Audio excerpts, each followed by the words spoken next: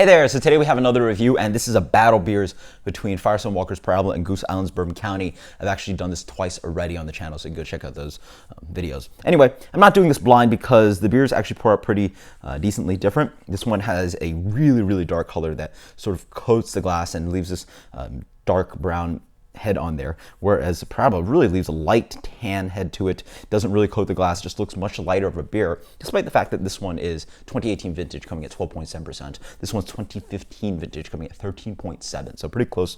Let's dig into the Firestone Walker first. Beer again, quite dark black, but not as dark as the Bourbon County. Very few beers are. Let's get it around.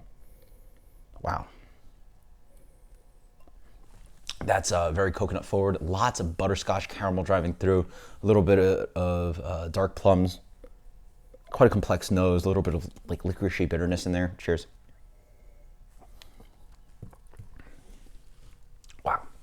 That's a coconut bomb up front.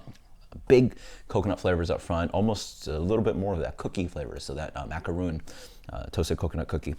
In the middle, there's medium plus chocolate flavor. There's a little bit of caramel dancing in there. There's a good amount of toasted oak, charred oak quality on the back end, so that really plays the front and back end of the toasted coconut and the charred oak.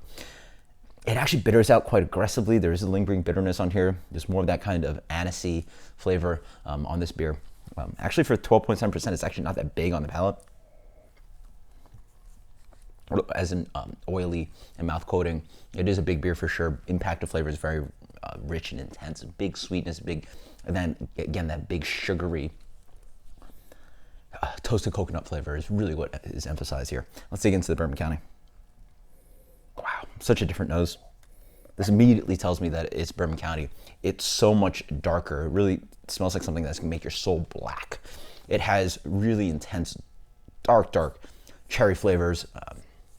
Almost as if you stewed them into a compote or something. A little bit of booze dancing in there. There's the oak driving through the bourbon.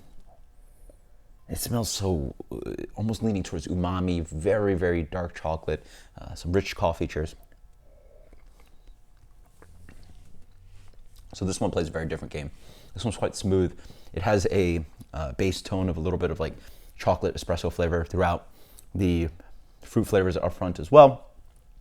Get a medium plus quite dark chocolate flavor actually dancing in there. This beer actually does reach a good amount of residual sweetness, and it's much more decadent of a beer. It doesn't really reach the bitterness and the oak that this beer has. This one just wants to sort of stay on the palate and sort of sit there. It has such intense chocolate flavors to it.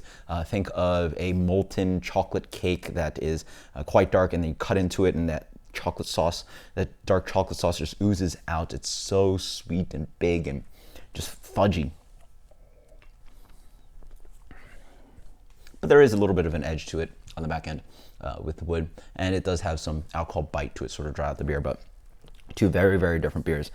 I would love to see this with some age, because at this moment, I don't think it's really quite too cohesive beer. Obviously, Bourbon County is always Bourbon County. Granted, this is an aged beer, but still, Bourbon County just wins again. I imagine this fresh still would have beat Parabola. So until next time, guys, cheers. Later.